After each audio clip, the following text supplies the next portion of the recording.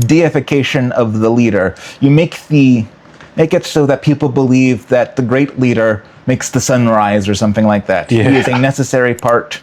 And what I like most is actually finding out what ways that I can relate to these people. And I think people are going to think the same thing of radiation therapy once we figure out a better way to treat cancer. And be like, 300 years from now, they blasted people with radiation? No, it's just that the spiritual elements had to be expressed in a less contemporary way in the Soviet Union since it's frowned upon it.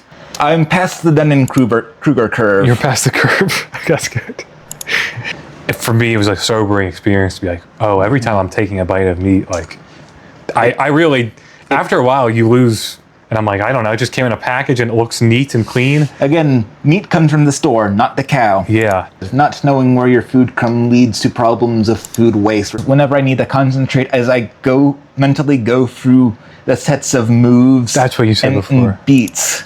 It seems to preserve the Soviet aesthetic more than any other country. Yeah. They still use the hammer and sickle. In the flag, right? In the flag, yeah. Nothing that you believe is truly of your own. It comes down to creativity. Humans are completely incapable of creating something completely independent with no reference. All artwork is derivative of something else. I find it very fascinating. David, thanks for coming on, dude. Oh, no problem. Guys, this is my friend David. We met working together at a restaurant. He's now the supervisor there. And I know you have a deep knowledge of history, especially with Russian history. And we often talk about the conflict in Ukraine. And we also both really love like movies and books. So we'll probably dive into all that. And you have, from my experience, you have a really good, basically photographic memory, right? Yep. I'm really good at information retention. If I work at it, I'll remember random details from years ago. Is that a blessing and a curse, or just a blessing? There are some stuff that I wish I would forget. Yeah, I can see that. So right before we just turned this on, we were talking about Marvel movies because Superman just came out, or that's DC, right? But superhero movies we're talking about. Neither of us have seen the new one, but you were talking about Aquaman, and I've never seen it, but you said you have a soft spot for it, right? Yeah, I do.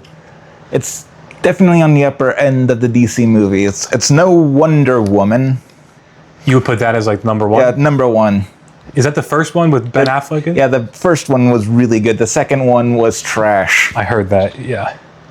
But you were saying Aquaman. You said it was partly based off of. It's like the Iliad. Wait, not the Iliad. The Odyssey, right? Yeah, the Odyssey and the Epic of Gilgamesh. So those are some of the oldest literature around, right? I'm actually reading. It's funny you mentioned that. I didn't tell you. I'm reading the Odyssey right now in preparation for that movie coming out. Oh yeah, next year.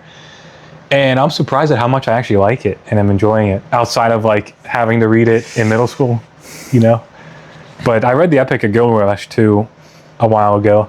And how did you see that in Aquaman? Right. Well, it just sort of follows the same story beats, where he starts out as a young man, rough around the edges, thinks the world revolves around him, and then, well, reality comes down and shapes him into a leader. What's it called? I guess I should give a basic plot synopsis of Aquaman. Okay, sure. Okay, the movie starts out with a flashback where you have a few years of backstory. Aquaman was born between a lighthouse keeper and like the Queen of the Sea. They lived together for a couple years, but then Atlantis comes back to take back their queen. Queen when he was like 7 or 8. Skip forward a decade or two later. And then you have Aquaman. Big shot going around doing, I don't know, big shot things. Yeah. Things. There's also a pirate attack on a Russian submarine. I mean, that he goes in and saves all the Russians on it. But he doesn't save one of the pirates. It was like the father of the guy who would eventually become Black Mantis. He purposely didn't save Yeah, him? he purposely didn't save him. He like flat out looked the Black Mantis dude in the eye and was like, yeah, I'm not gonna bother saving him. Because he was the pirate. He was the one who he looked down on this pirate guy. Yep, because he's the one who was gonna go kill a submarine full of Russians. You're like, well, fuck you. Is this during World War II or when? No, this is like Cold War? no, like late 2010s. Oh, okay. No, like the movie came out then, but that's when it's based. Yeah, it's contemporary. Oh, okay.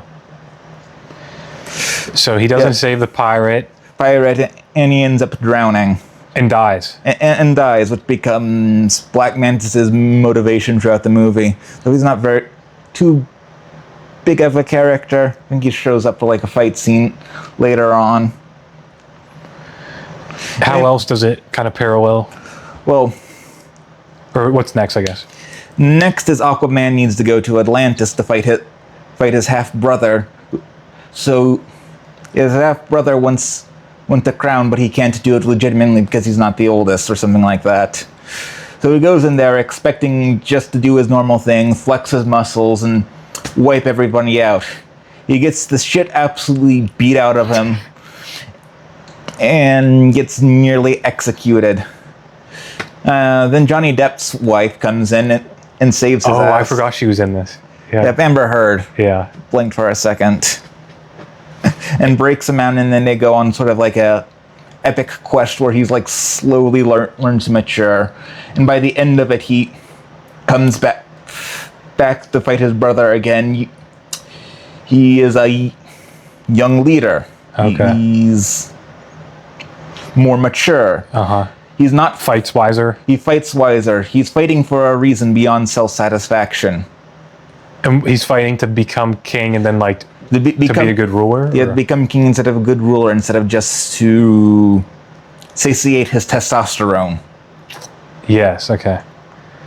See, I've never watched Aquaman because I thought, I know it, there's multiple of them though, right? Movies? I think Aquaman only got one. Okay. Did it? I know it got kind of memed on, at least the one fight sequence, like on like a rainy boat. I think I remember that one. But that's cool that it has like a decent story, it sounds like. And that if you like it, then I'd probably appreciate it. It did get a sequel. It's probably trash. Yeah, I think the sequel was like Wonder Woman's sequel. Yeah. Go ahead. If I wouldn't call it a great movie, it's got its flaws. Yeah. I don't remember them because I watched that movie like 6 or 7 years ago. But I feel like it was a decent movie. Like, I didn't feel disappointed that I watched it. Yeah. We were also talking about Invincible. Oh. Another superhero entertainment. You saw the first season, right? Yes, and I watched at least the first 2 episodes of the second. That's right. I just finished all 3 seasons after a few months. And what were you saying about the first season, what you thought in the second? I thought it was great. All the characters just felt alive. There was a lot of really quotable dialogue. Right? Yeah. The characters were like super well written. Yeah. And I thought my personal take on it, which is something you told me off camera, is I think the first season's peak. And I thought the second season didn't have, I think you used the words like the same magic or heart of the first season. And then I just finished the third season and it kind of reminded me of the second season. However, I think every season, the last like episode or 2 is just phenomenal. So they really know how to stick a landing, I think, in my opinion. But I don't know if it's worth watching like, 6 hours of each of the second season and the third season to get to that final 2 hours, But I thought the first season overall was just phenomenal. Everyone had a nuanced character, even like a lot of the villains. Yes, the villains were, oh my gosh, I mean, Omni-Man, spoilers, but I mean, he's my favorite part of the show, and he's the villain. And it's perfect because he has You can very clearly see why he doesn't consider himself a bad guy or anything.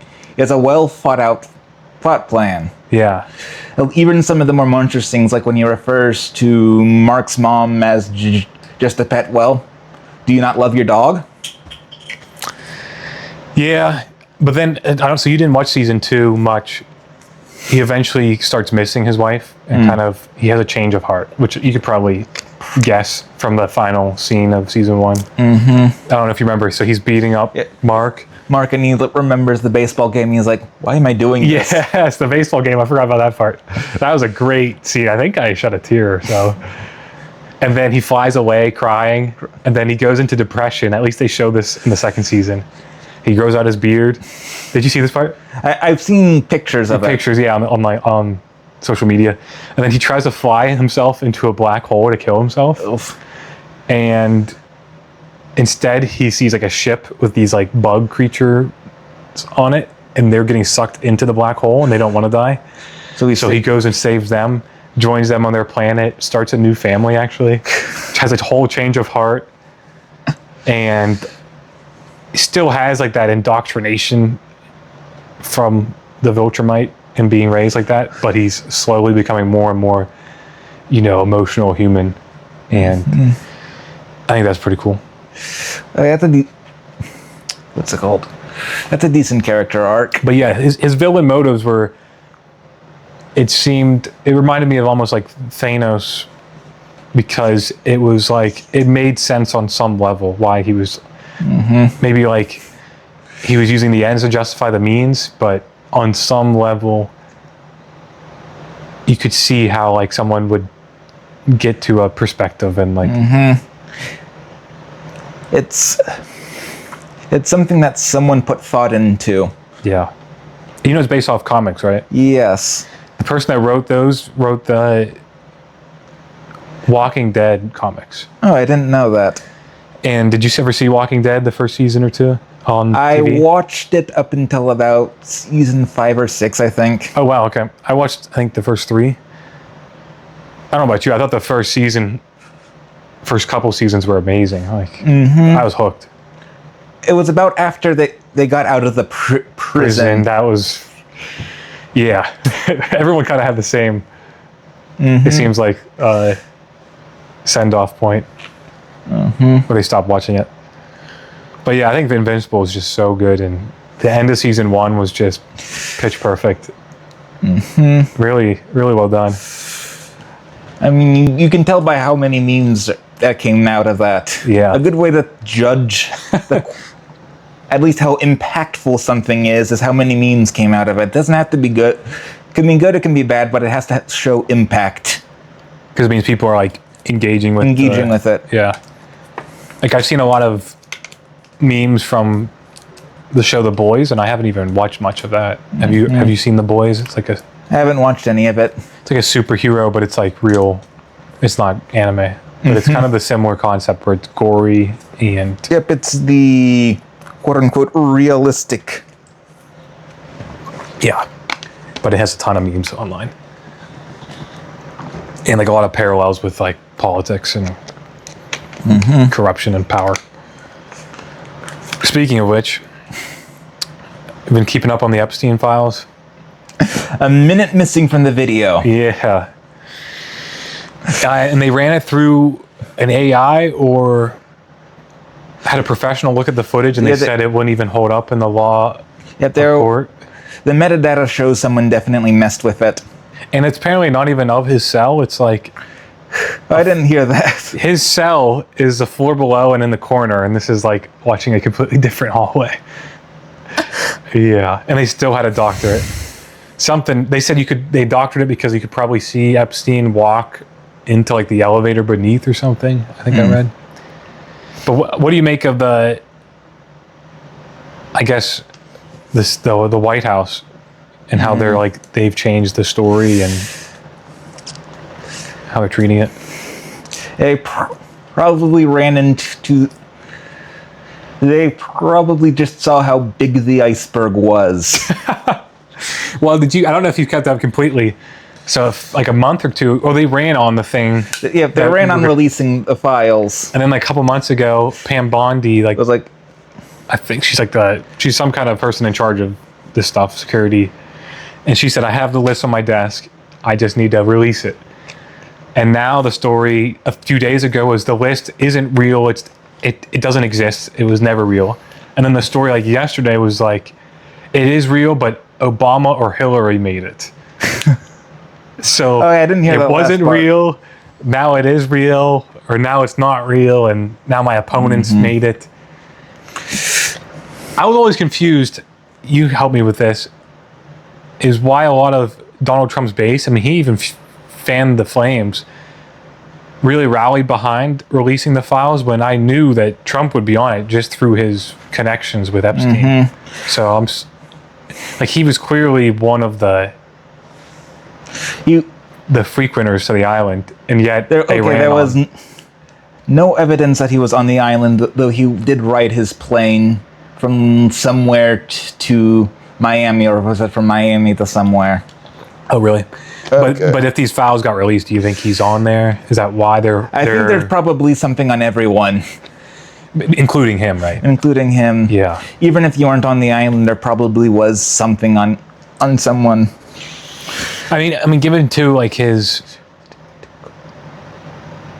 comments on like young girls and him owning the beauty pageants, so he could sneak in and catch them naked when they're only 15. I would assume that he's indicated on the list, right? And that's why Probably. I mean, that's why he's not being forthright with the.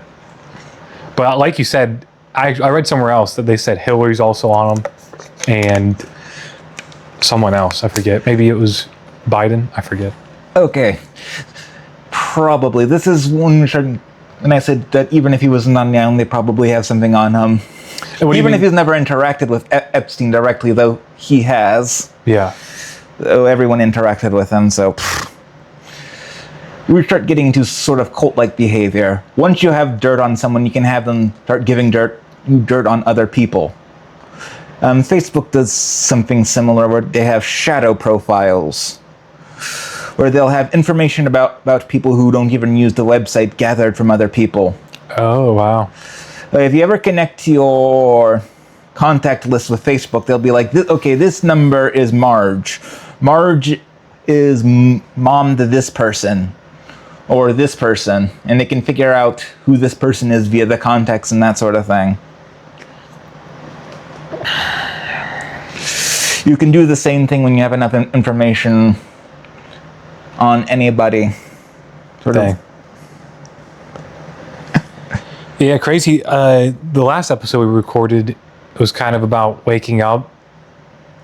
Like, it seems like society, whether it's through, and I'm not really part of this, but it's interesting to see, is like through Luigi in his killing of his supposed killing of that health, CEO. Oh yeah, that guy. And I guess just the recent stuff with the administration, that seems like some people, it's interesting. I've always, read history and like, there were these like corruption, or like I was on the live for the JFK assassination, but it was like, covered up, or they weren't completely open about that. So it's interesting to see it like actually occurring now, where the government, you can see, is like not being completely honest, or is hiding things, and or I guess, and then like the Luigi thing is more just like being around during an event that people will talk about. Yeah, and like social change or something. Yeah, some kind of, I guess Black Lives Matter was another one, but this one I'm older for, so it's interesting to see. That was interesting to watch the video of Luigi. Yeah, I was pretty. If he, he's, what's that called? He's the leading suspect. Yeah, but I was surprised that someone that was so methodical in the planning and the killing got so easily caught just like chilling at a McDonald's in Pennsylvania. Oh, yeah. Right. And he didn't even like shave his head or like wear a nose, fake nose, or. It's interesting as someone who very clearly planned everything out and just got caught in one stupid mistake. But I don't know if that was me. I would never do that, but I would have thought that he would have been more methodical and planned about the exit, you know? Which maybe he was, and he just made one mistake, because I know he like biked out of the area. He biked out. There was like one camera frame that his face was perfectly caught in, and that's what got him up, if I remember correctly. Yeah.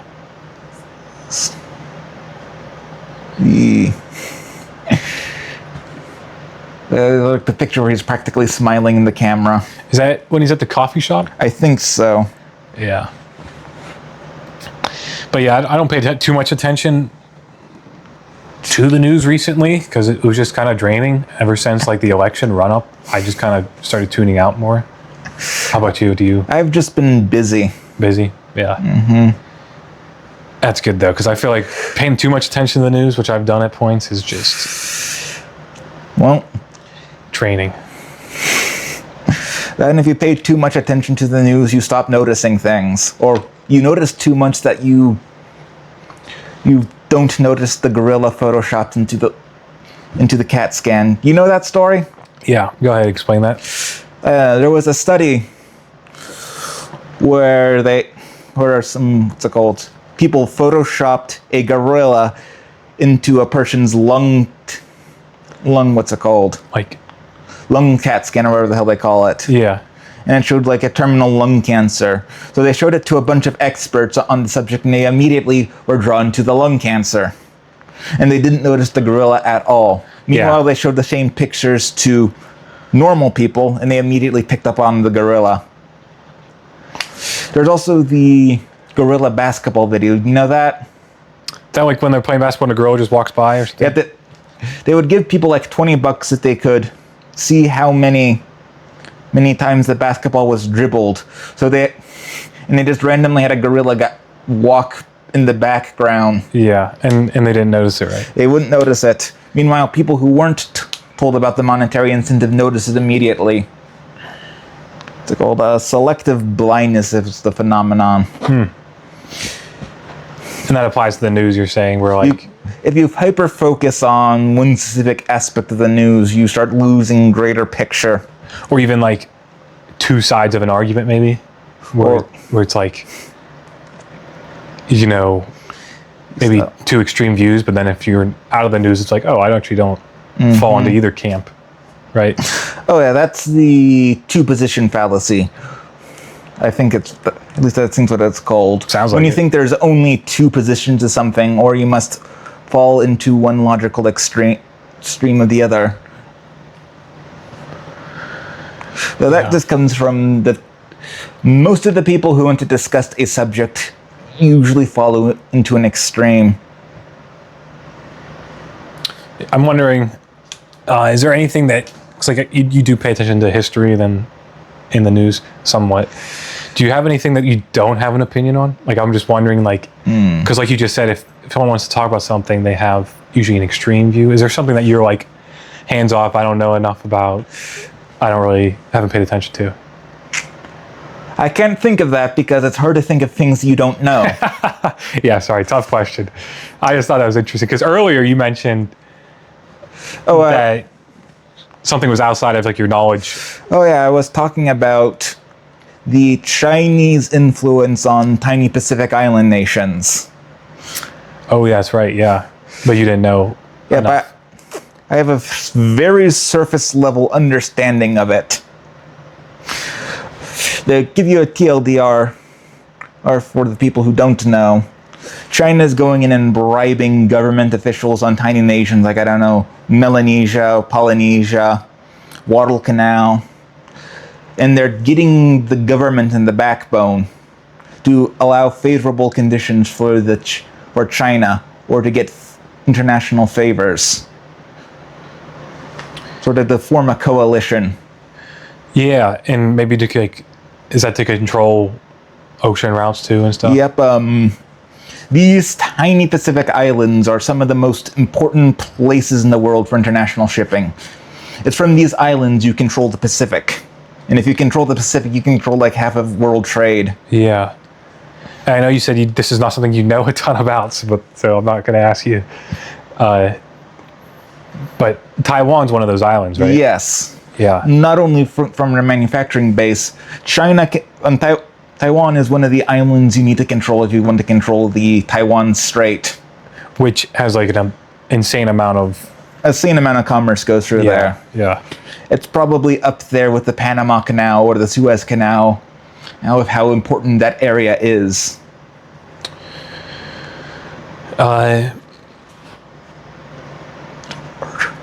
Do you have any like predictions or any thoughts on like how that's going down? Well, we want to talk about Taiwan. The Chinese government will definitely try to seize it violently. It's a part of their ideological mission. It's like reunification of the complete destruction of what's it called? The national of the Chinese nationalists. I blanked on their names. Is a ideological necessity to the Chinese Communist Party, much in the same way during World War II. Hitler's annexation of Poland to reclaim former German territories was an ideological necessity to the Nazi Party. Yeah. Okay. So you think it's definitely going to happen? How do you think? Is that fair to say? Yeah, but it'll definitely happen. Whether it's 5 years or 20 years, they will make some sort of attempt. Violent attempt. Forceful. Say it happens in like the next 10 years. How do you think that plays out, like on the world stage? Similar to like Russia annexing Crimea, or? I think this is going to be, well, I hate, like World War II. I hate using World War II as an example because it's so overdone. Yeah, you mentioned that before too. But what's your example though? It'll be more like the first Gulf War. Okay, what's that? Basically, the entire world just said "fuck you" to Saddam Hussein after he tried to annex Kuwait. Okay. So you think everyone's? I don't think quite everyone, but large portions of at least the Western world are gonna say "fuck you" to China. And land troops in Taiwan, or just bomb it, or bomb you fight Chinese ships in the water or in the air? What do you think? I think it's going to start out with supplies, but troops are almost an inevitability. This goes down to an underpinning post-war mythos, and the idea that you can't just annex another country, though even that has sort of waned. The myth was that you can't just annex a country? That's part of it. You can't. We live in an age past the point where you can just conquer other territories. Oh, okay. How true that is debatable. But but after World War II, there's been an ongoing fear about recognizing unofficial nations, whether it's Transnistria, Somaliland. And why is there that fear? It sort of legitimizes violent revolution. Oh, okay. You were talking about Transnistria before. It's part of Moldova that's trying to. It's an island right off the coast. It's not an island. It's a strait. Okay. It's like right between the border of Moldova, or is it Macedonia? Okay, yeah. No, it is Moldova. Moldova and Ukraine. Yeah. After the split of the Soviet Union, there were a couple provinces within the various republics who declared their own independence, independent of the republics that they were a part of. What was it? Transnistria, Chechnya, South Ossetia, Abkhazia, and something else. And you were saying that you'd like to visit Transnistria. Why? Because it seems to preserve the Soviet aesthetic more than any other country. They Yeah. still use the hammer and sickle In the flag, right? in the flag. And like you love studying, or you've studied a lot of Soviet, Yep, I've studied a lot of sort of Russian and Eastern Bloc history. and Transnistria would be like the place current day that kind of is the best time capsule. In a way. Probably. Though a lot of the poor Eastern European nations, if you know where to look, You could find it. you can find sort of time capsules. Moldova proper, there are a lot of places that probably haven't changed since 1991. Same with Albania.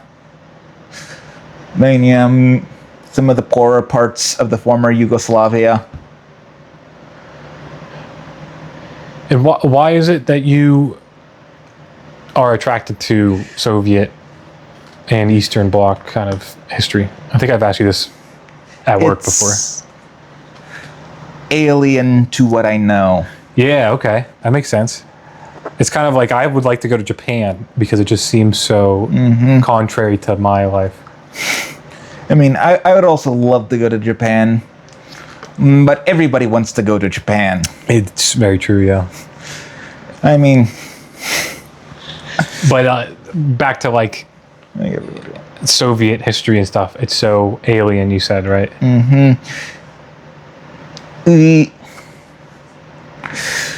the East has gone through a very different set of historical events as they have in the West. They've also had different sets of cultural influence. The East has more experience with just people coming in and fucking it up, whether it be the Mongols or the Mongols or the Mongols. Yeah, they did it multiple times. or other roving bands of, what's it called? Oh, I know a bunch of them. The Cossacks are one of them, right? Yep, Is that how you say it? you're right. Many more. So then you were interested in Soviet history, but also because of like stuff that happened before the Soviets. Like far back. Just the different influences. Well, that's part of what makes the Soviet experience so alien. I also know a bit about Chinese history, but I've done less in-depth studies. I don't know, the last one seemed to run in the family. I had a distant cousin who was a somewhat famous xenophile. And oh wait, xenophile, that means Someone who is in love with Chinese culture. oh okay. He lived in China early 20th century, and even did for about a decade.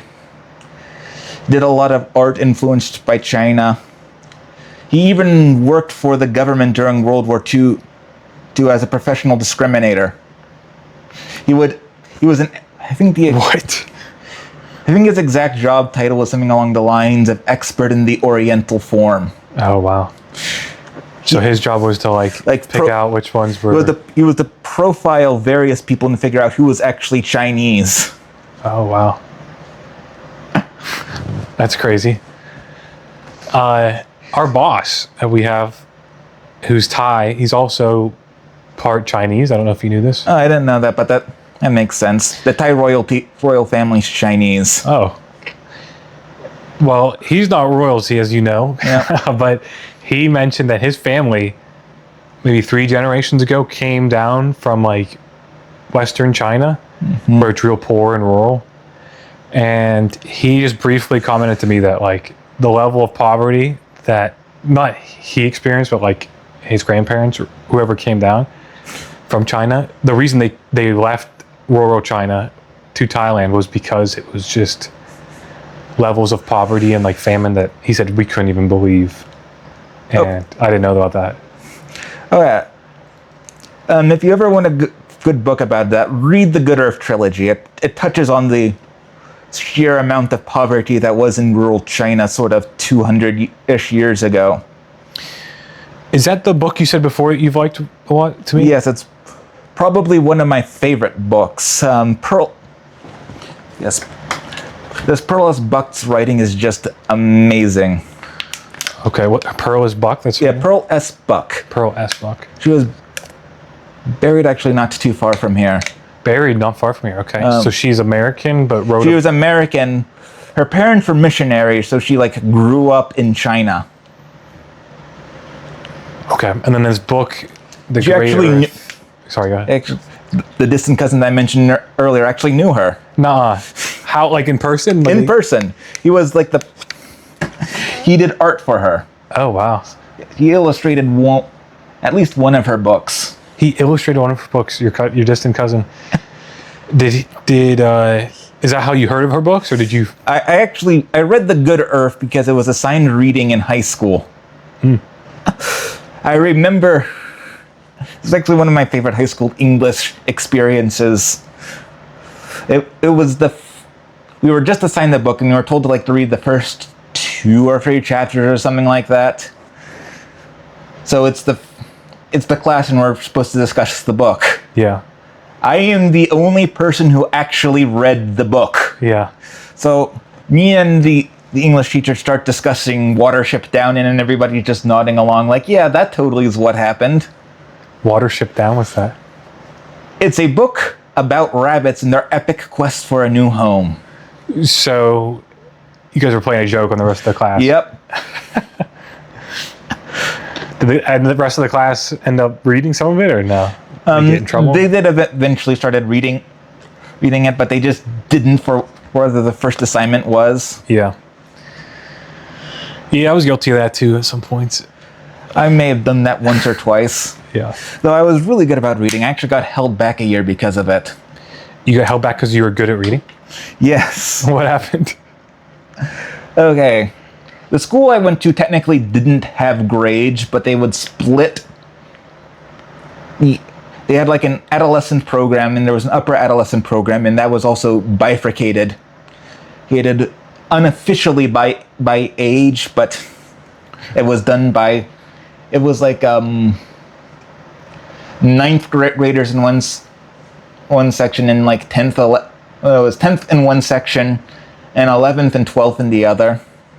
And I was held back with the 10th graders after I went to 11th to act as a role model because I actually did my work because I kept on taking naps during English class. They didn't like that? They didn't mind me taking naps because I actually did the work. And I know you told me before, you actually went, so this school of yours didn't have grades. It's actually something I never heard of before. It's called a Montessori school, right? Yes, they followed the Montessori method, which I've been out long enough that I can't do the elevator speech anymore. That's fine, yeah. But basically, right, it emphasized real world things and hands-on experiences instead of textbooks. And so you were in elementary school, instead of sitting down and learning about... Oh, this was high school. Most of the Montessori's focus on elementary, and there are some middle school. This was the only Montessori high school in my state. Which is Virginia, right? Yep. So instead of writing proofs in geometry, or maybe you did that stuff, but what were things that you guys did? Did you mention something was with animals, or? Oh, we did animal husbandry. So that's breeding animals? Yeah, we bred rabbits with various success, and sometimes the chickens would breed themselves. They were supposed to be a special variety of genetically modified chicken that wouldn't lay on their eggs after it was done. They still laid. Oh.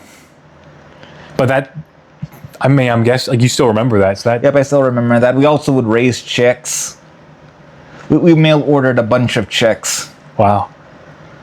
What other kind of, did you, learn how to do taxes or wash laundry? Where's the line? We didn't learn how to do taxes, but we did do some laundry. Wow. Part of the program was actually cleaning and maintaining the school grounds. So you learned how to landscape, or? I didn't learn how to landscape, but I learned how to mop. How to mop? Clean tables. Okay. Yeah. It was probably one of the most useful things I actually learned in school. One of the most useful? Well, yes, it was basic cleaning. Basic cleaning, wow. We clean the restaurant every night. So how else has it been useful, just for your own house? Own stuff. Getting in the habit of actually cleaning stuff. That is true. That's I could have used that. Yeah. So you recommend kind of that school, or you appreciate what your experience with? Yeah, but it worked really well for me. But for some people do need a bit more structure in there. Oh, okay. Did it try to like foster your own thought, or Yes, it put a lot of effort in personal research.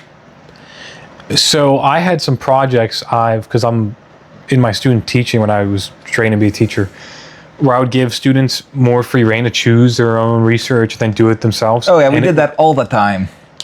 For my students, not even my students, the students I would watch from other classes that I would go observe, there was a few that would really take to it and do like in depth and like learn so much about something they cared about.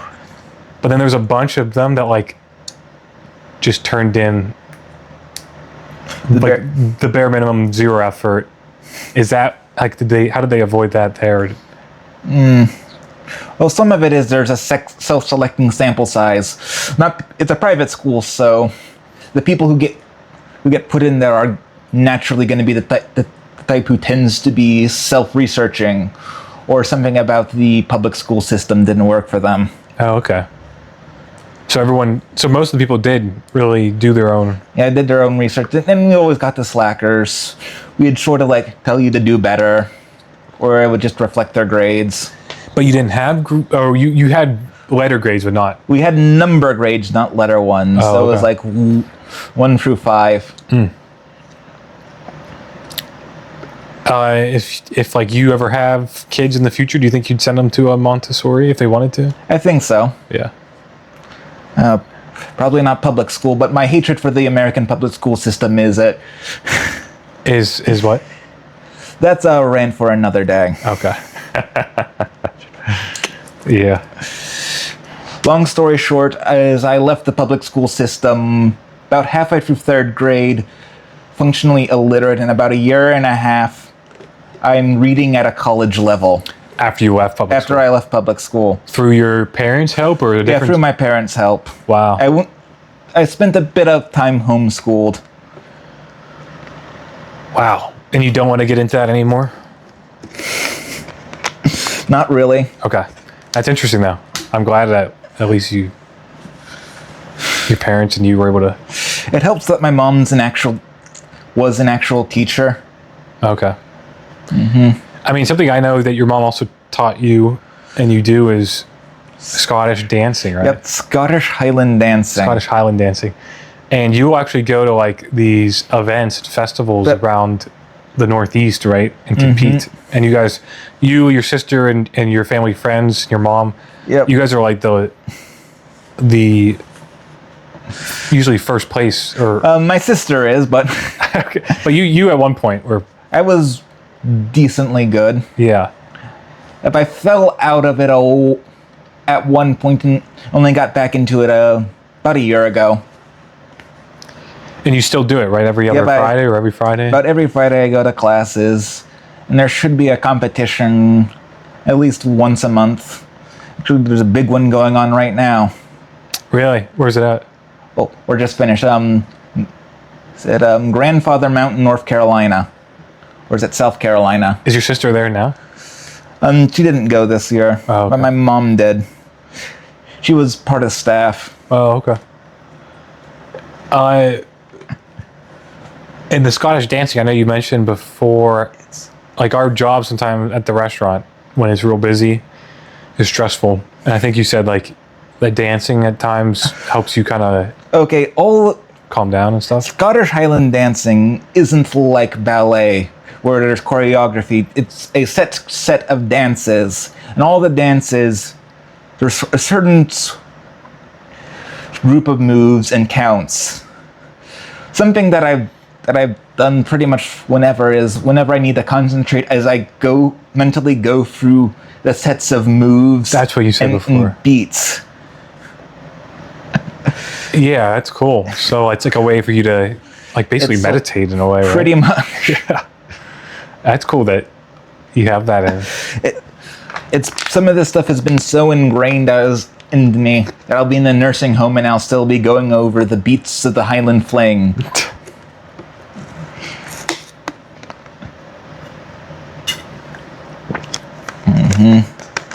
So another thing you have a lot of experience in is guns. So you and I talk guns sometimes because I used to own some, and we both like World War II military history. But you actually buy parts, construct guns legally, and fix guns, and help people online, right in forums with like their questions. If I help people with their problems or give suggestions. So you're definitely like an expert when it comes to some of these. I wouldn't say I'm an expert, but I know more than most. I'm past the Dunning-Kruger curve. You're past the curve. That's good. And I know a lot of the guns you have, or the parts of the guns that you have, they're Soviet, right? Or they're from the 20th century. Yep, they're actually pretty much all from the 20th century. I've got a decent amount of Eastern Bloc stuff. A lot of different AK varieties. And what kind of tools do you need? Because like you've told me that like, oh, I got this piece from this supplier from Europe, but it's like the wrong size barrel or something. So you need to like solder or weld, or how does this? Oh, a lot of what I'm doing is riveting or just screwing things in place. I don't have a welding setup. Anything that requires a lot of welding, I have to send off to a professional. I was gonna say that's pretty intense, but riveting. So that's like just like a table kind of machine you have, and I have what's it called? A pair of bolt cutters that I replace the head with, and oh wow, and it does it. And it does it. And a few other jigs for that. But then, like, you get these guns. How many guns have you fixed from like non-operational to completely rebuilt? Maybe 3 or 4. What about not completely, just partial? Partial. Maybe about another 6 or 7. Wow. Yeah. And do you have like a favorite gun that you either have or that you'd like to get or build? Actually, I got most of the things that I want. Yeah, wow. And so unless, I don't know, a bunch of L85 parts kits come out onto the market, I'm pretty content. Nice. There's a lot of things I want that I just probably won't ever get due to either they're so stupid rare that I'll probably never get the opportunity, or the government that owns them will never sell them. Because you get a lot of your stuff from like surpluses from... Yep, most of this is surplus by either militaries or sometimes PD departments. Wow. And it's usually their old generation stuff. And you were telling me about gun parts earlier that come from different places, like North Korea, right? Oh. So you actually have parts from that were manufactured in North Korea? Yes, I've got a parts kit that is almost entirely manufactured in North Korea. It came in from Lebanon. It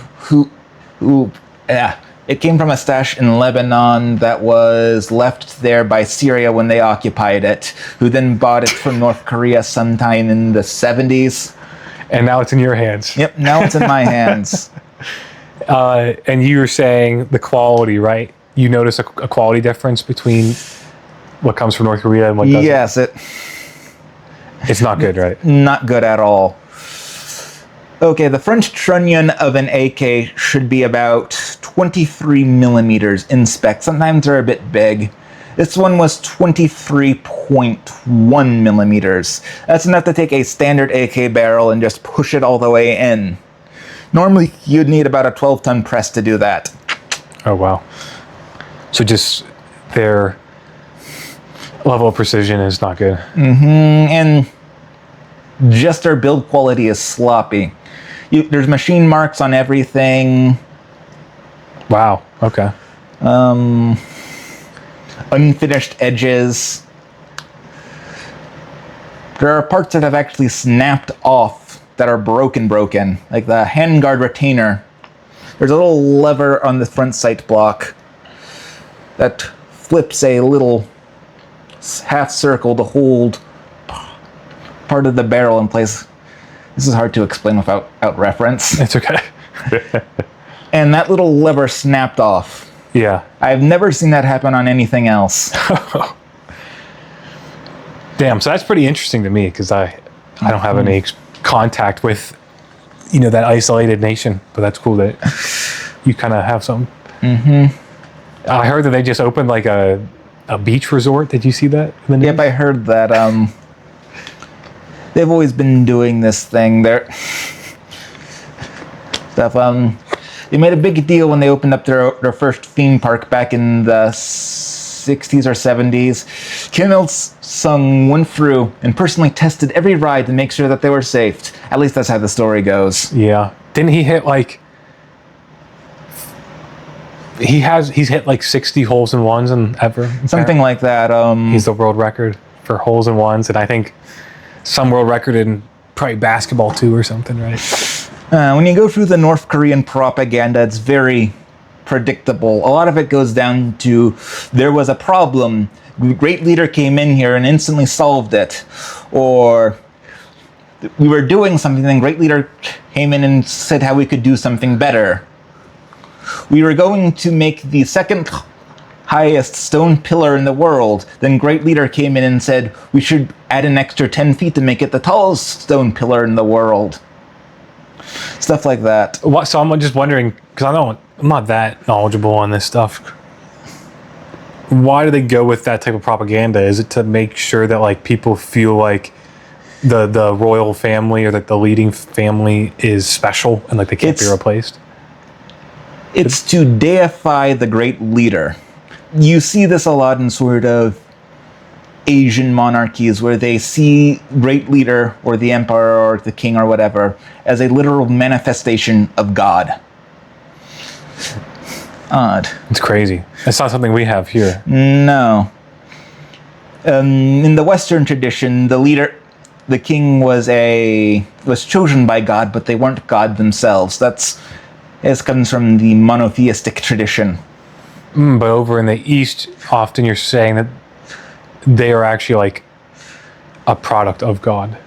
Yes, they are. But that's what they're claiming. You see this in a lot of Eastern spiritualism where actually people do become gods fairly frequently. Oh, wow. I can't think of any specific examples right now. Yeah, it's fine. But that's interesting. When I went to Thailand, like I'm just driving down the highway and there's, 100-foot portraits of like the king and it's like enshrined in like a gold frame. And it's just the same photo and he's like, really young and strong looking compared to like how he actually is. And it was like I was in a place that reminded me of like Saddam Hussein. I don't know how that compares morally, Thai and the Thai government or the king and that, but I just remember seeing like Iraq footage. And it's like these huge murals. That's a deification of the leader. You make it so that people believe that the great leader makes the sun rise or something like that. Yeah. He is a necessary part. Oh wow, that makes sense. Yeah, it's like it's kind of tied into like cult of personality too, right? Yeah, where like these leaders are just they're special, they're ordained, or not. You're saying they're not even they're God themselves. Yeah. Yes, and they're part. You need them for things to go. Wow. It's hard to explain, especially since I haven't done enough background research into it to fully understand it myself. But this is start when you're getting into like the differences from people from different cultures. Yeah. Okay. What else can we talk about? What about guns? Like restrictions, and you were talking about how certain guns are banned because they're supposedly easier to make automatic. Oh yeah. I was talking about the Hughes Amendment and and various restrictions. And you were saying it did some good. This was like in the 80s, This right? was like 84, the Gun Owner Protection Act. It did some good things.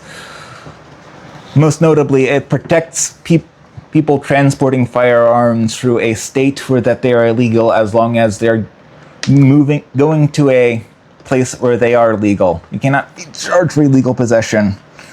Though I think that's pretty normal amongst other things like fireworks. But the other thing it did is it banned... One of the amendments froze the new registration of machine guns. That's the Hughes Amendment. That's what most people know about it. And it affected you because you have a PPSH, right? Or it was a PPS 43. 43. And that you can't fully make it operational without it being illegal, right? Yep. I would have to make substantial mechanical modifications to make it legal. Which would kind of ruin the spirit of the gun? Yep. One of the things that make me interested in guns is owning pieces of history.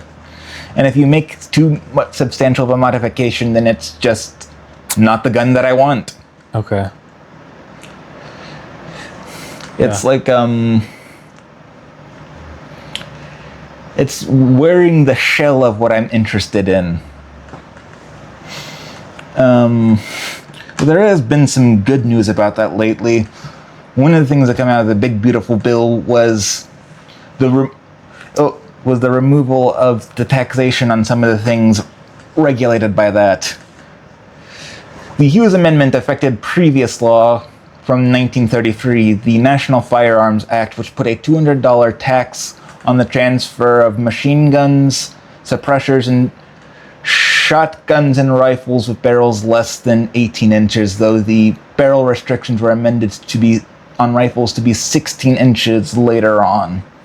And the big beautiful bill part of it got rid of that $200 tax? Tax for the barrel length restrictions and the suppressors.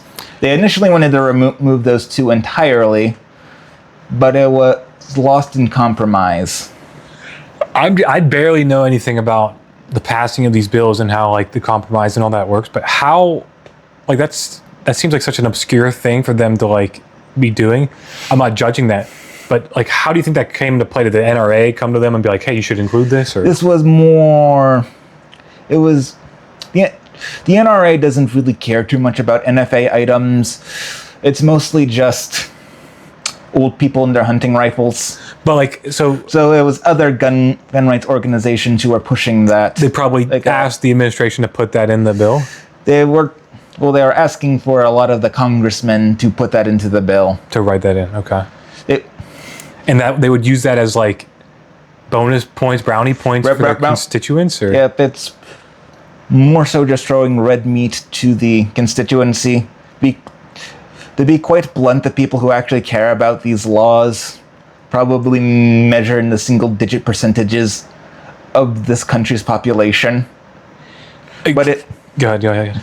But it's something to get the what's it called? Most policy is controlled by single-digit percentages of the population anyway. Huh. Do you want to go deeper into that or no? Well, we live in a democracy. Well, a republic controlled by democratic institutions, if you want to get technical, but it's a democracy de facto. And with a democracy, you need to build a coalition. The amount of people who are actually engaged in the system is actually pretty small. Like, what percentage actually votes? What, 30%? Something like that. Yeah, I think the presidential probably has the most voting, right? And I think that's up to like 50. But that's 50%. But how many people actually know the name of their congressman? So you need to control those House of Governments, you need people who are actually politically engaged, which are a very small percentage of the population. The number one answer to any sort of political question that isn't already decided for the mainstream is, I don't know. Do you think that's right? I don't know the research. Has that always been the case for like the last 100 years in America? Or or what? It's pretty much always been the case for any political system. So it's less of a democracy thing and more of a human thing. Human thing, okay. And I'm wondering what your take is on why that occurs. Like, is it because people are too busy stressing about their lives, or just their work too much, or is it just they don't care? Most people don't see things in grand narratives or overarching connections. Most people just are concerned with what's in their immediate vicinity, and don't even care too much about how things are run. Most people will be happy under most systems of government as long as they get their bare necessities. Heck, some people would be more happy if they had less. This goes down to what you actually want. Yeah. People value the idea of choice more than it actually benefits them. I'm not saying you should have less choices, but the difference between 2 choices, no choices, and 5 choices is, for most people, moot. Heck, having 1 choice in the matter might actually make them happier. There was a study done a long time ago where people would fill out a survey and they would get a free t-shirt with that. The survey had nothing to do with the actual study. It was the free t-shirt? It was the free t-shirt. One group of people would get a t-shirt, while the other group would get a choice between 3 or 4 solid colored t-shirts. Okay. After they got their t-shirt, they were asked if they were satisfied with their t-shirt. And the group who had a choice was substantially more likely to be dissatisfied by their... Wow. Heck, I use the same principle sometimes in a restaurant. Like, if I forget to bring something to a table, and it's something small, I just won't mention it, and 9 out of 10 times they won't bring it up. But if I were to bring it up, then I would make the customer disappointed. Yeah.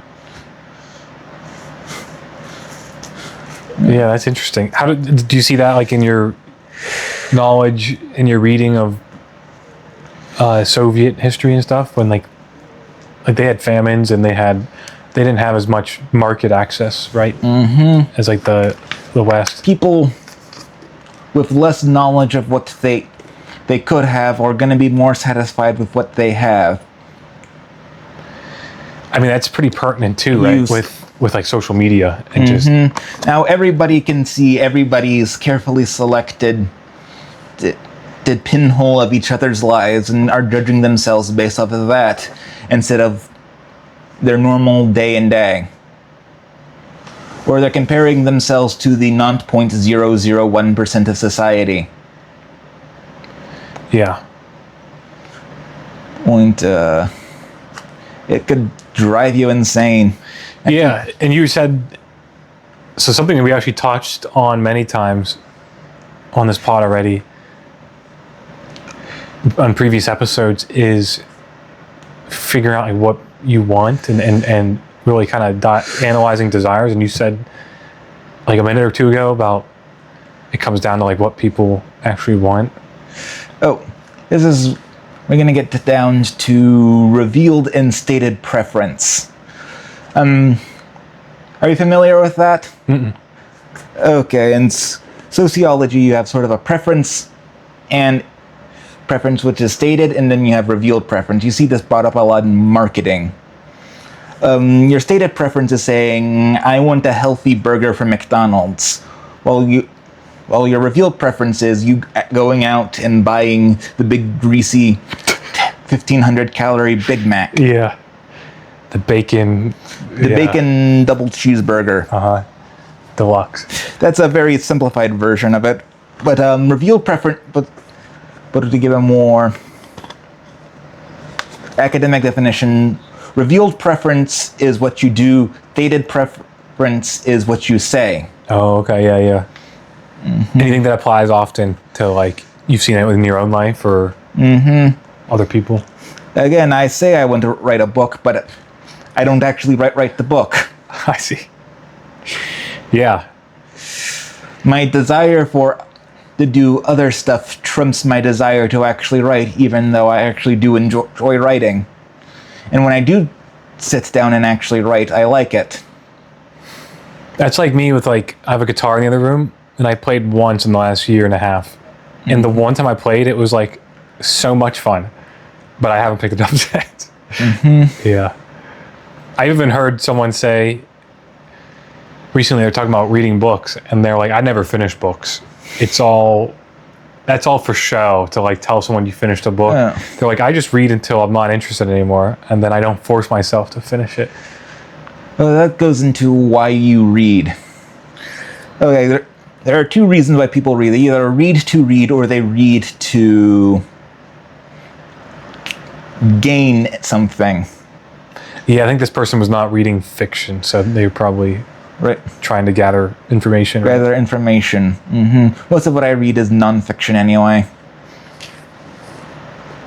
Anyway, some people will read a book just to say that they read it. I don't know.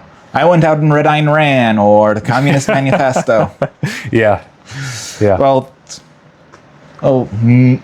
some people will read it to actually engage with and digest the thoughts in there. So then we start getting into another rabbit hole. Which one? How much of any given idea is your own? Dude. So David hasn't watched any of our other episodes because I just texted him today about coming on, and I'm pretty shy about sharing the podcast. But that's another huge theme that I've found super interesting that we keep hitting on. So does anything come to mind when you say that? Okay.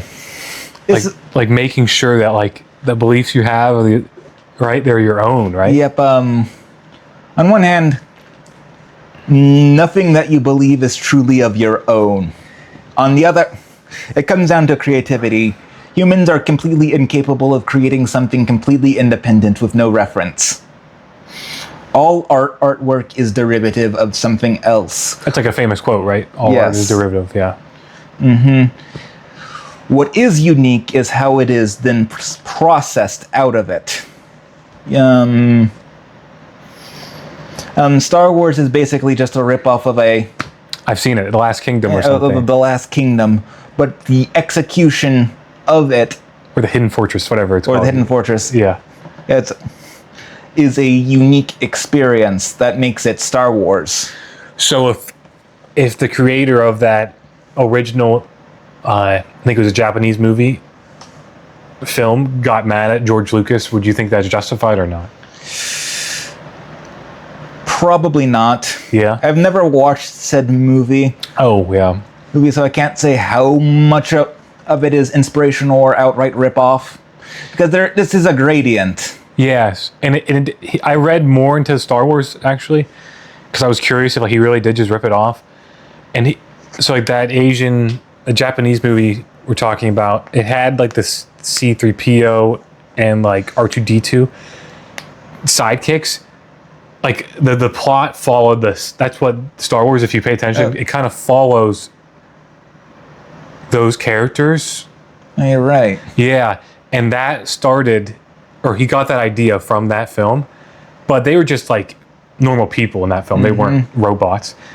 And then I read more into the background of Star Wars, and he took from that inspiration, whether knowingly or not, probably some intentionally, but then he also took from, I forget the name. It was like Jack Lightning or something, a series of comic book. Flash! Yeah, I think. Gordon! Yeah, yes, Flash. He's the savior of the universe. Yeah. So he took some of like the environments of Star Wars, like Andor or the Cloud City. The Cloud City is actually like a part of. If I remember correctly, series. Lucas originally wanted to do like a Flash Gordon movie, but couldn't get the rights. Oh, okay. So it's something along those. So he was intentionally using that as inspiration. So from my research, it seemed, I don't know enough to be an expert, but it seemed like Star Wars, he took inspiration from all the things he loved and spit out this, what I think should not be, copyrighted or whatever, discredited, because it kind of is inspired. Yep. As long as you pay homage or like acknowledge it too. Yep. There's Yes, it was inspired, not ripping off. Though I do know that the Death Star trench scene was pretty much a one-for-one recreation of a World War II movie. The Death Star what? Where they're destroying the Death Star. That was another part. He flat out just... saw- Lucas didn't know anything about aerial combat, so he just copy-pasted a section from another movie. What was it called? Dam Busters. Just even like the lingo and even stuff? a lot of the lingo is man. one for one. Oh, man. Except for he didn't use the Morse code in bomb. What's that mean? Do you know? Okay. This movie was based off of a real events of a group of British World War II aces deploying a new experimental bomb that destroyed dams in occupied Germany. They had a pet black, what's it called, Labrador, that they called... So you've seen this film. Was it a good film, or? It was pretty good. Yeah. I don't remember much from it. I watched it like a long time ago.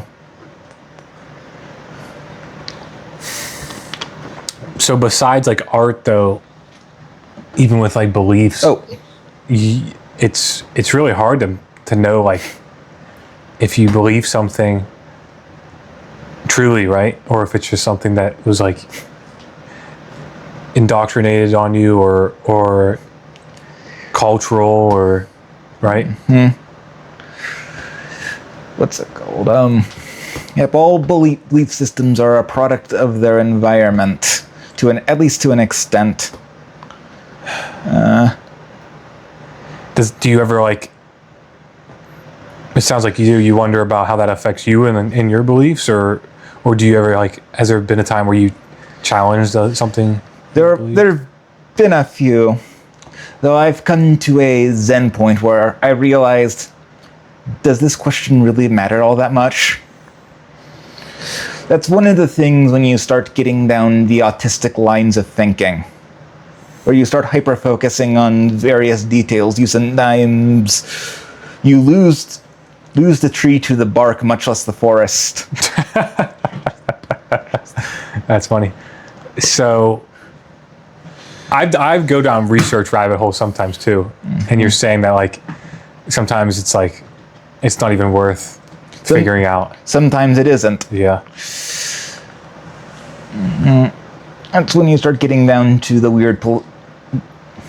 getting down to a lot of the weirder thoughts. And like conspiracies too? Conspiracy things. Yeah. Most conspiracy theories come about from just analyzing stuff. That's what it seems like, right? Mm-hmm. Trying to find meaning where there isn't something, though that is something humans are hardwired to do. Like noticing patterns is how you survive. Right.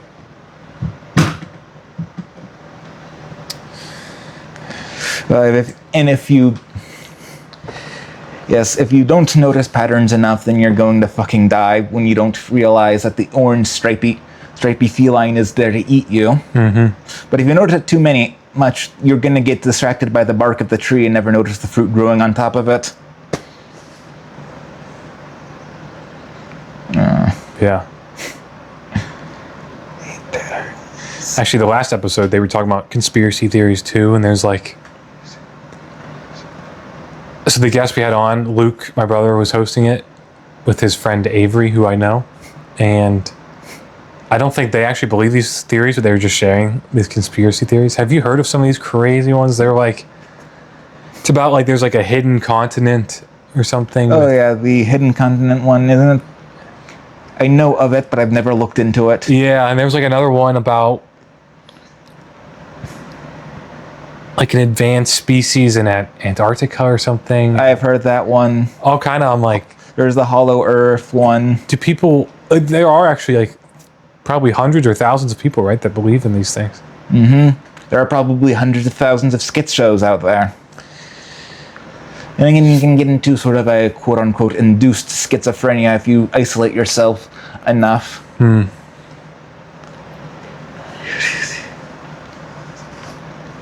Yeah, it's pretty crazy. I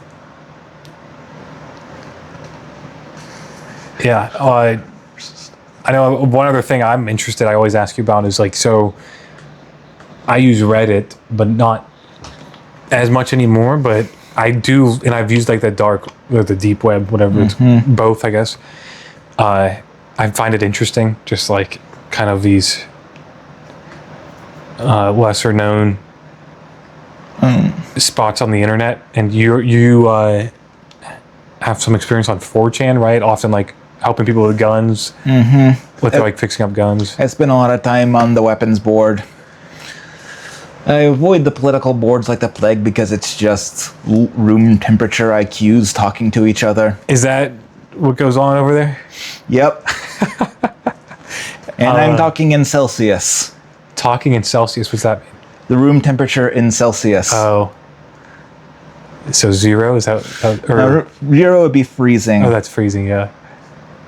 I might have room temperature.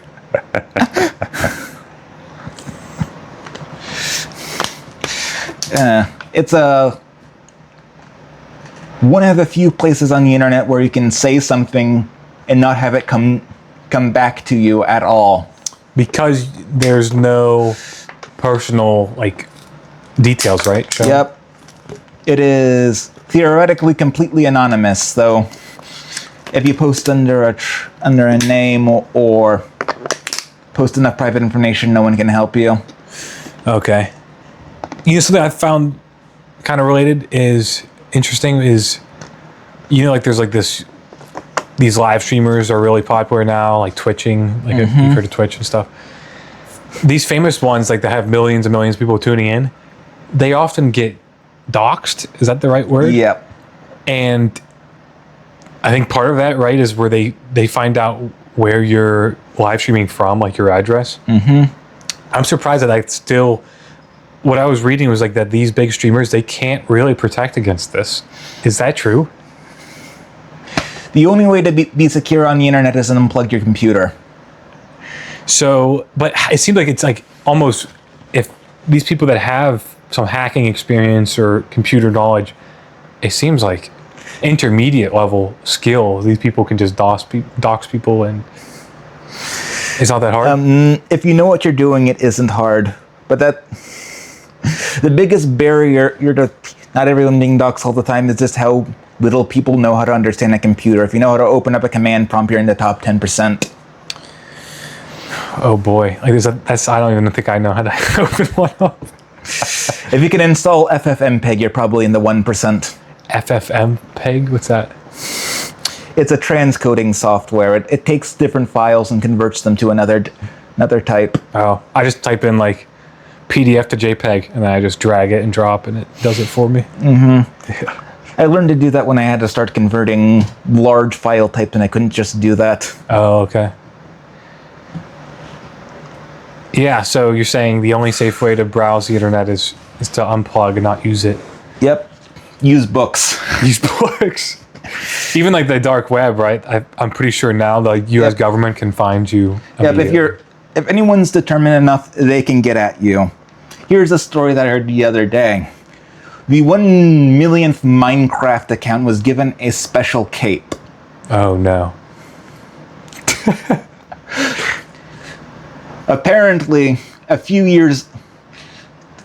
I mean, the guy who had it had multiple people to try to steal it from someone until someone bribed, like, his internet service provider like a few $1,000s until he got the information and used that to somehow backtrace to steal the account. And he stole the account with the special cape with the special cape on it. For Minecraft. From Minecraft. I think he also went up and sold it. How much do you think he sold it for? Thousands. Thousands. You'd be surprised at what sort of stupid things people would spend money on. Yeah.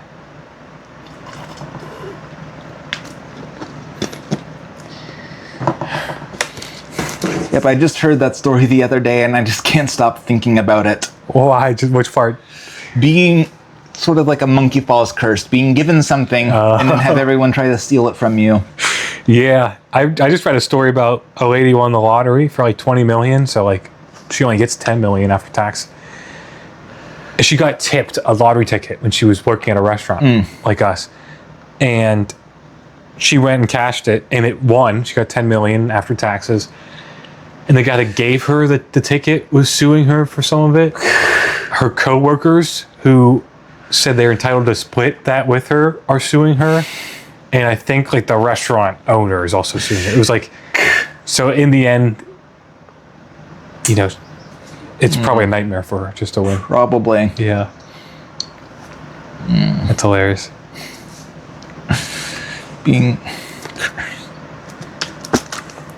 I know you also have a bunch of animals. I always forget how many and which ones. I know there's a lot of birds in there. Okay. We've got 3 chickens, 2 ducks, 1 button quail, 7 or 8 finches, 2 dogs, 3 cats. Holy shit. 1 aquarium with a bunch of cichlids in it. What are cichlids? It's a type of, well, it's a genus of fish. This particular variety is the African cichlid, which are the most colorful variety of cichlid. It's hard to describe them because it's like there's something like 30,000 species of them. Oh, wow. I always, once I settle down, I'm going to get an aquarium. I think they're so cool. They're great. You love them, right? I have 4 of them, but only 1 of them actually has fish in it. The fish in the other 3 died, and I just haven't gotten around to getting them back into shape, put fish in. Are the dead fish still just sitting there? No. Okay, you cleaned out the tanks. I've cleaned them out. It's just you haven't restocked them. I haven't restocked them. Every time I think about doing it, I get busy with something else. Yeah. What else? Oh, and I've got the 2 rabbits. 2 rabbits. So your house is like where you live with like your family too is like a barn yard, it sounds like. Pretty much.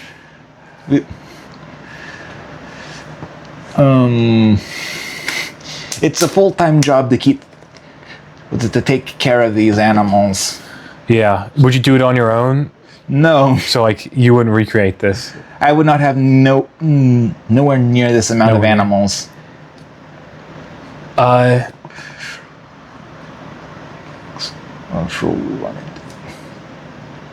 also think like recently I was at a friend's house for a couple days and he had a cat, and I've never been like around a cat nonstop. And I just didn't have much to do because I was just hanging out at a friend's house. So I just was like hanging out with the cat a lot. They're nice to sort of have another entity who vaguely acknowledges your existence. Though. Yeah. The what? Though our cats actually like us. Oh. They'll be the ones who initiate contact. They're like friendly like dogs in a way. One of them's a Maine Coon, and they're basically the dogs of cats, though she's dumb as a sack of bricks. She was the runt of the litter. Okay. So she's got some problems. And we've got the brothers who we just found in a cat litter bucket behind our by our trash can. Wow. They're the most normal cats we've had, except the fact they're afraid of anyone who's not in the family. But they'll let you pick them up, snuggle. They'll let you you can pick them up from your lap, move them to the side, get up, and they won't be bothered by it. Wow. I've never had a cat that'll do that. They're really chill, yeah. Something about having a cat or a dog or some kind of pet just in the home too, just like makes it more like a home, right? I feel like it's definitely is a nice thing. Yep, I've never been in a situation where I haven't had a pet of some kind. But then I was also getting at is,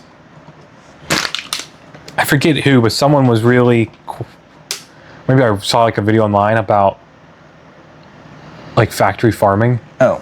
And I was just kind of considering like, you know, I know some of like the common talking points, like, oh, pigs have similar nervous systems, so they feel pain just like us. But then there's like also a hierarchy of consciousness people often go into, like say fish in your aquarium. Often fish, from I guess studies, they're like way less conscious than like mammals, for example. Yep, the fish do have personality. Really? Yep. before this aquarium, I had another one another African cichlid, fortunately passed a few years ago, and she would actually like come out when you were there, even when it wasn't feeding time, or she would strut her stuff. She was a very social fish. Wow. She would eat out of your hand. And like, she would treat, say if I came, Yep. she would treat you differently than me. Yes. She could recognize the individual members of the family. Wow.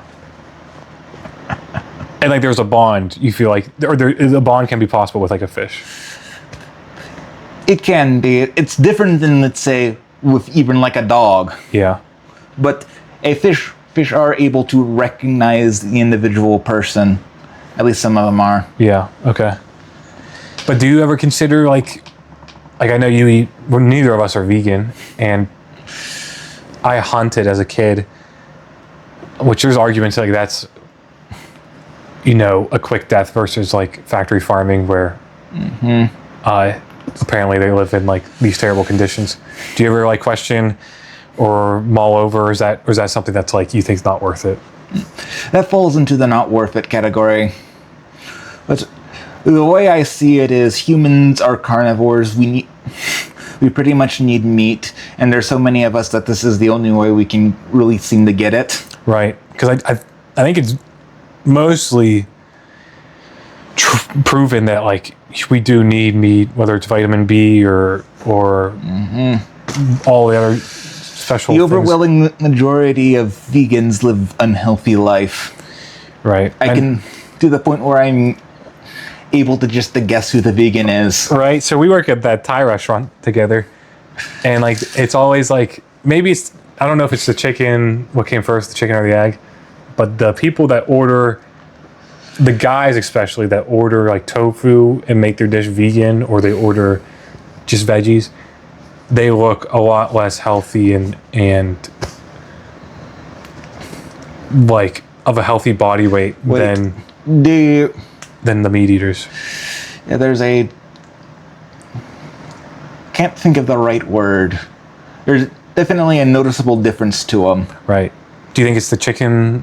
Like, do you think that just that type of personality is attracted to veganism, or do you think the veganism causes them to kind of? I think it's kind of the veganism. Yeah. What's it called? I forgot what I was gonna say. Maybe it'll come to me later. Yeah, I don't know. I think about like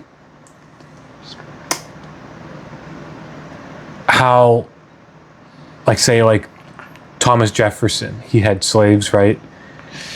And he knew, like he wrote in his journal, like slavery is going to be the sin of our times. Like history's not going to look good on this. I wonder if like factory farming and our, maybe not our participation, but our perpetuation of it.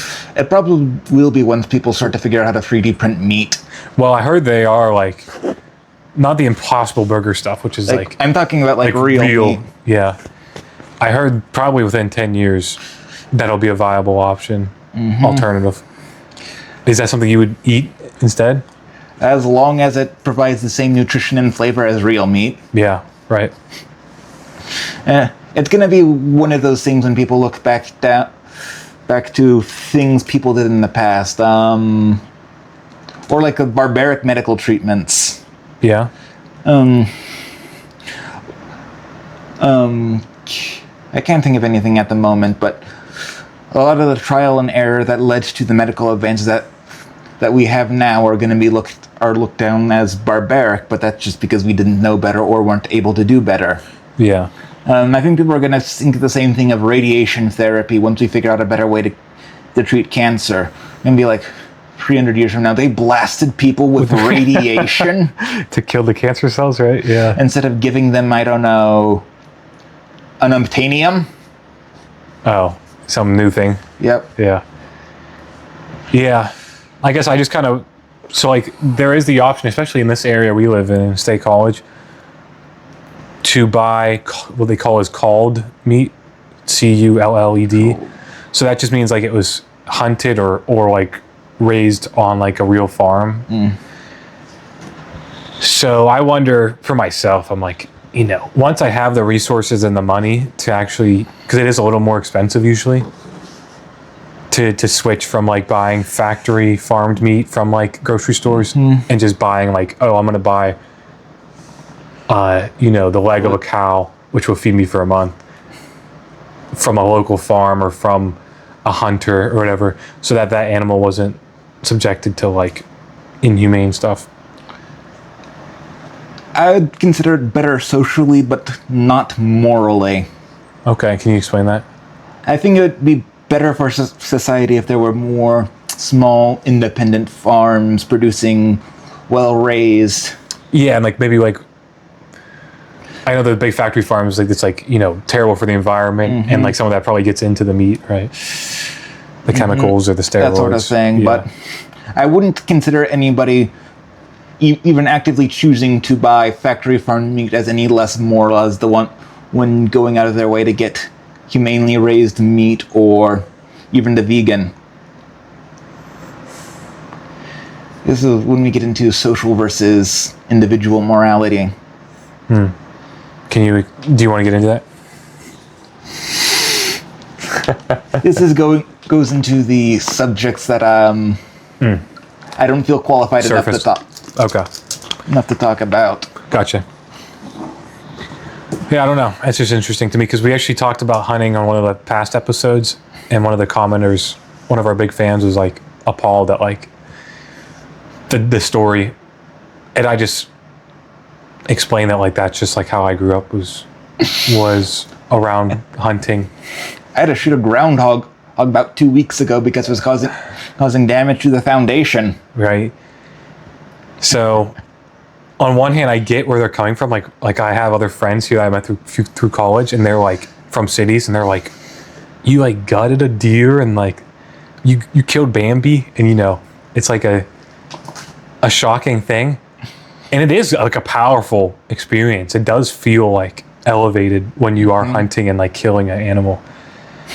But on the other hand, it's like if you're eating factory farmed stuff, I would probably rather face the full picture of like what's going on. I do think in which hunting seems to be like less. Okay, there are two things that I think everybody should be forced upon them in their life: having to kill and eat an animal, and the other one is get beat up by someone bigger than you. All right, let's go over the first one. First one, it just lets you know where your food came from. There are a lot of people who are so disconnected from it that they don't even really comprehend where milk comes from. The milk comes from the jug, not the cow. I see. The other one is I just think everybody should have their ego checked at some point. Yep. I would agree.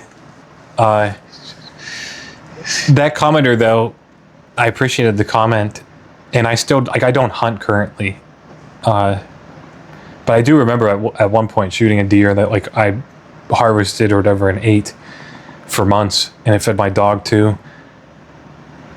That it was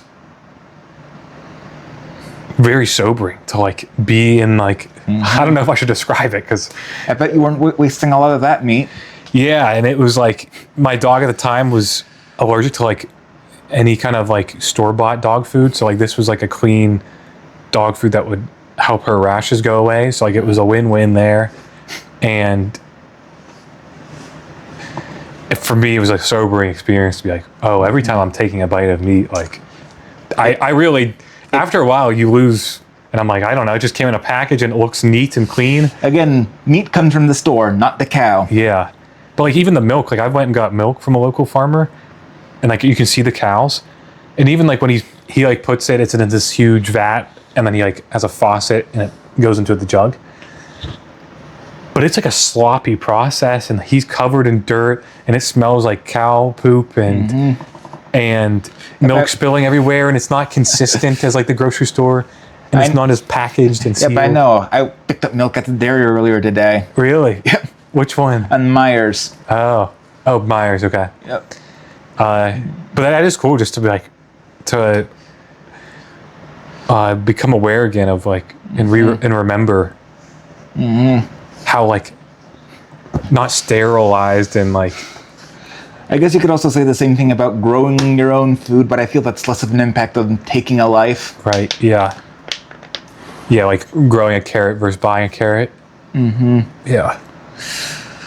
But one thing you do realize when you actually are involved in the food process is how artificial a lot of the food is. If you've ever grown, I don't know, a yellow squash, the squash how you grow it looks completely different than the ones you get from the store. Or if you've taken your own eggs from your own chickens, all the eggs, they look individual.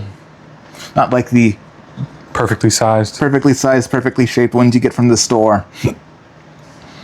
How much of that is just selective breeding versus them culling the eggs that they don't like? Like, I don't know, but yeah. I feel like not knowing where your food leads to problems of food waste, where people just like, get something, take a bite, and throw it away. Oh man! Or something like the baby carrot problem. Oh, what's the baby carrot problem? Baby carrots were invented as a way to use broken carrots. Oh. To turn basically waste products into a food. The thing is, baby carrots became so popular that they started taking whole unbroken carrots to make them, causing massive amounts of food waste. So, oh my gosh, the problem they were trying to solve created a bigger problem. Yep. That's interesting, but I love that point you said where it discourages food waste, maybe. Which I'm becoming more conscious of is food waste. And like us working at the restaurant, I'm shocked by some people. They come in, they take a bite, and they like it, but they don't package it up. They just throw it all away. They eat 3 or 4 bites of their pad thai and they just leave it. That's just a mindset I can't quite understand. And it's not even like, sometimes too, it's like the whole group of like 8 people.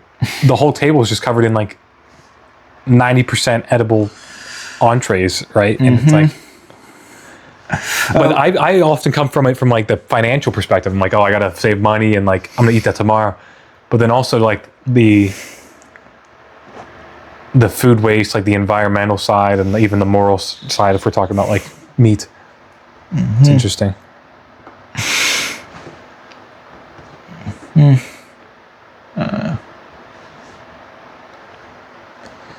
gotta go soon? No, just checking the time.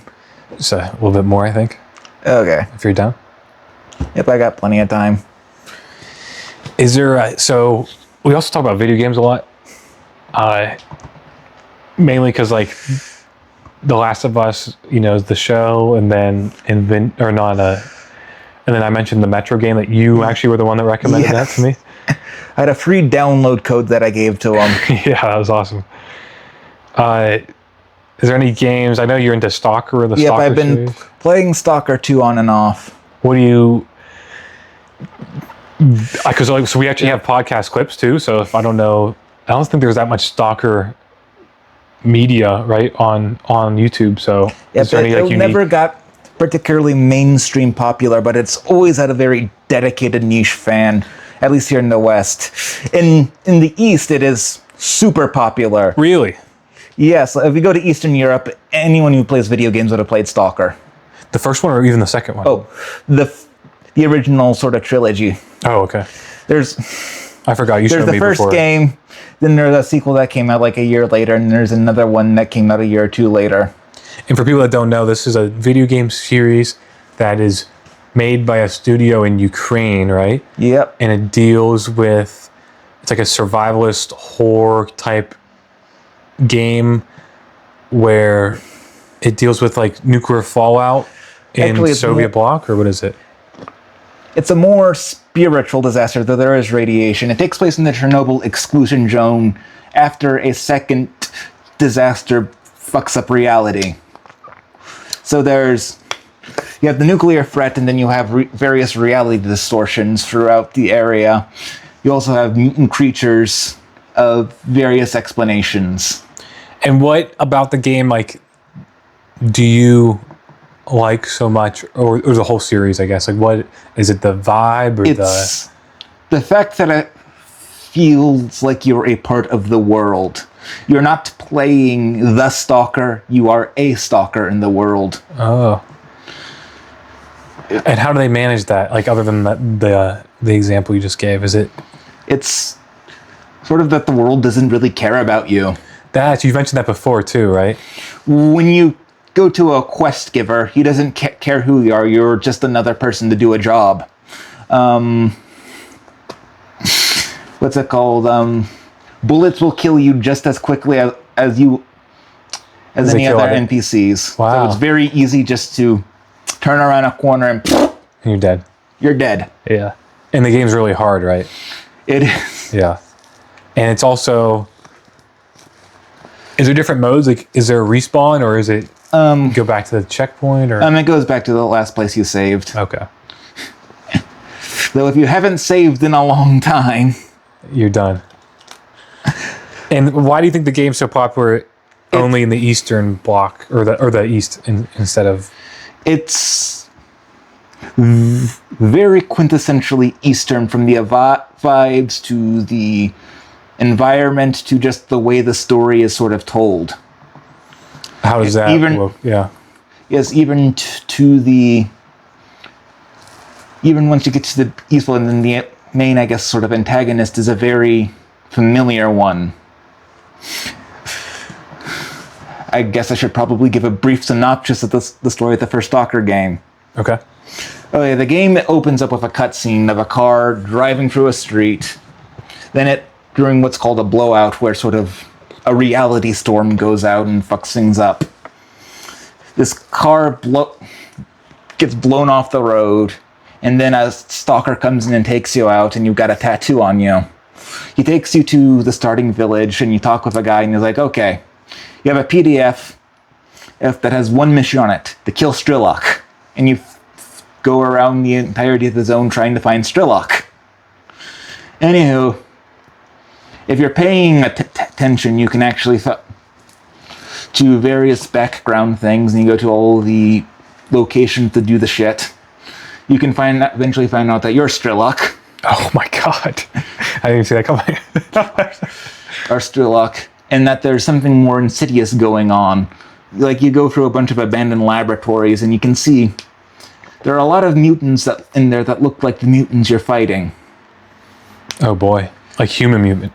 Yep. And that sort of thing. And if you go and do the right sort of things, you can get into the true endings. The main ending is you going to the wish granter and making a wish. Can you wish for anything, or? It depends on your actions. The most common one is the greed wish, where you wish for more money and the entire Chernobyl collapses on you. Oh wow. And there are a few other ones. But with the true endings, you can find out, go through the secret door and fight through a bunch of really tough enemies. You reach what is called the sea consciousness. The sea consciousness is a bunch of people whose brains are put into a raid configuration. I'm not going to explain what a raid is. Okay. To form a super person. This sort of to tap into the world's collective unconsciousness, to edit humanity to form a better world. Yeah, because this is like a dystopian world. Well, it's actually pretty contemporary. Oh, really? Okay. This screws up, and they create the giant rift in reality that is the zone, which is very slowly expanding outward from Ukraine. So them trying to create a better world created the zone, you said? Yes. And the zone is just like this radioactive, like, reality distortion field that's spreading. I don't know. This would be very familiar to anyone who grew up in the Soviet Union.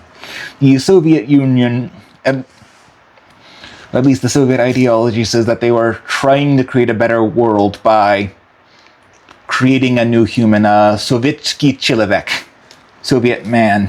What they ended up creating was Homo Sovietkus. What's that? It's kind of a Russian political slur for the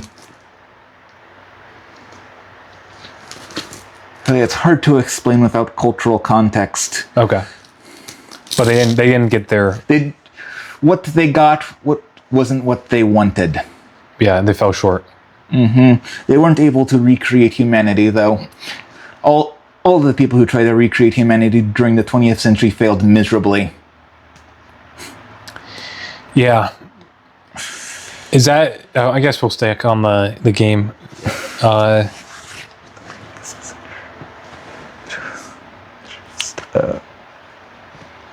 So it is interesting that, like you said, this game has like a spiritual element, and I'm exposed to Russian stuff more recently, like movies, old Russian films, and then you lent me the book that Stalker's. Yep, I gave you Roadside Picnic. Roadside Picnic, which was really good fiction, but based in kind of like reality of that of the late 20th century. Though the book takes place in Canada. Oh, that's right. But it was interesting, and it also I find interesting is the spiritual element in the book too. Yep, the Soviet Union was officially an atheist state, so you pretty much had to be an atheist to be a part of the party, and you had to be a part of the party to basically do anything worth doing. So I don't know like anything. So then being spiritual is not against atheists in their... No, it's just that the spiritual elements had to be expressed in a less contemporary way in the Soviet Union, since it's frowned upon it. So it was still frowned upon by the big powers. But you just had to do it differently. Like in fiction or something. Or if you're going to portray spiritualism in fiction, you had to do it in a roundabout way. Like sci-fi. Sci-fi sort of thing. That was their way to still talk about these things and make art about spiritual life. Yes. One of the benefits of censorship is it breeds creativity. If you have a restriction on something, you have to work around it. And that's ultimately what censorship is. Yeah, and even like great Russian literature, and especially they're really renowned too for films, at least a couple decades ago. They all have like a deep spiritual element to them too. And they're all like very highly praised, which I've always found interesting. But it's not like spiritual in like the contemporary American way, where it's like, I don't know, I find kind of off-putting, but it's spiritual in a more of an Eastern style. Yeah, which seems more like less for show and more like I don't know, more grounded, more based in it's a more personal experience. Yeah. Okay. And it seems like it's often like about questions and not like answers, which I've found interesting. I mean, a paraphrased line from S.T.A.L.K.E.R, the movie. There's a movie called S.T.A.L.K.E.R. Watch that if you haven't. It's free on YouTube. It's like, this actually goes into what we were talking about, what I was talking about earlier about revealed versus stated preference, where one of the characters says, in my conscious mind, I want to be vegan. In my unconscious mind, I desire nothing more but a steak. That was a line in S.T.A.L.K.E.R. Yep, it's something around in the movie. Around those lines. Yeah.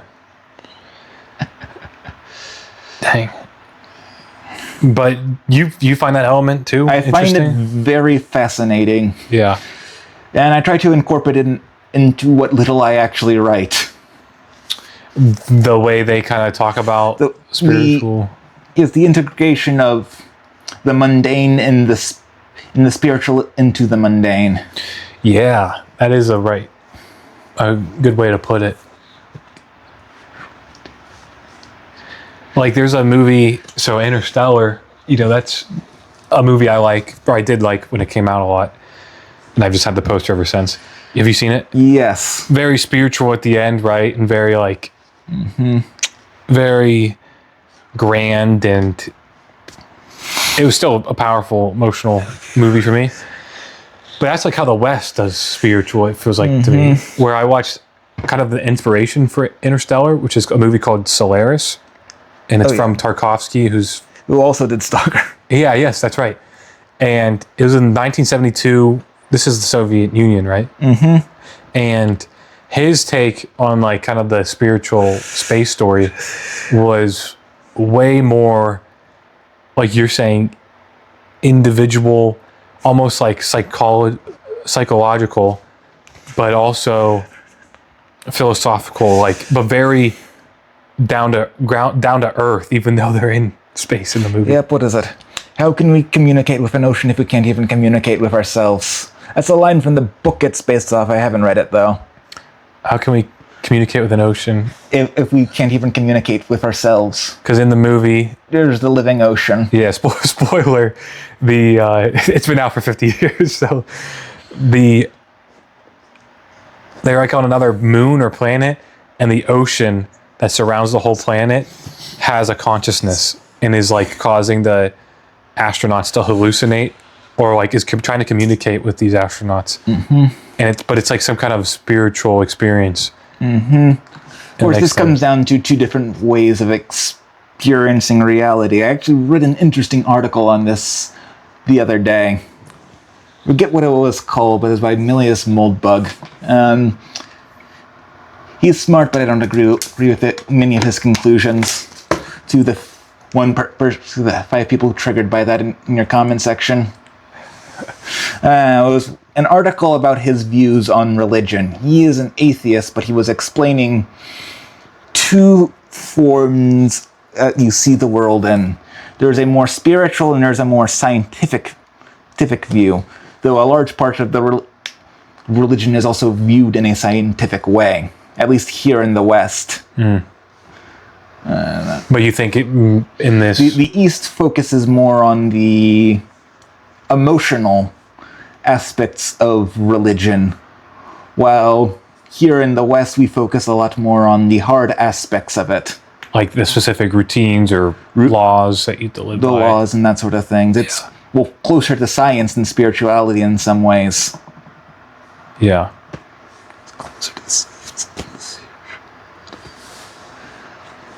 Yeah, very interesting. It's actually kind of hard, like when I was watching Solaris or reading Stalker or the Roadside Picnic. Mm-hmm. It's like almost hard to connect with the way they're talking about these characters and like their inner spiritual life, because it's so different. Mm-hmm. It's very interesting. It's one of the things that I like about in fictional media. And what I like most is actually finding out what ways that I can relate to these people. The roundabout, to circle back the conversation, one of the reasons why I love The Good Earth so much is how different yet relatable the characters in it are. It's ultimately just a story of a young man, later father, living through rural China, experiencing poverty and then later great wealth. Oh, wow. But it's written in such a way that everything is very relatable.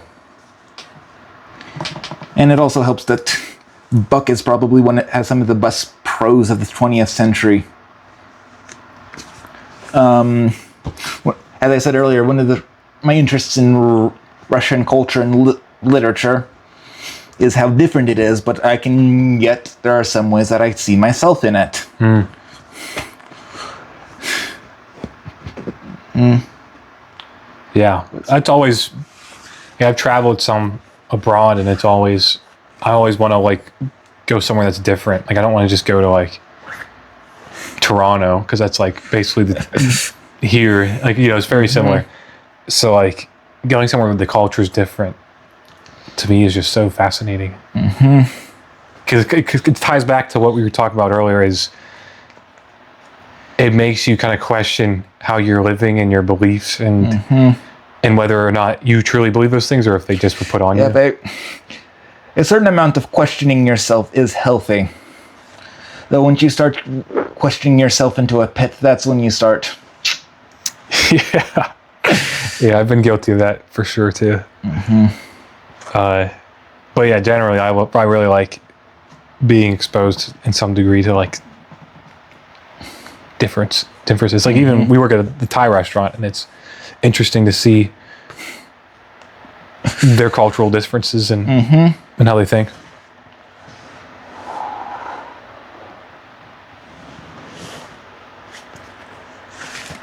Anything else you want to cover? Can't think of anything. Nothing? All right, dude. I think that was good. That was great. Thanks for coming. Yeah, let me know when this is posted. Yeah. Probably this Friday.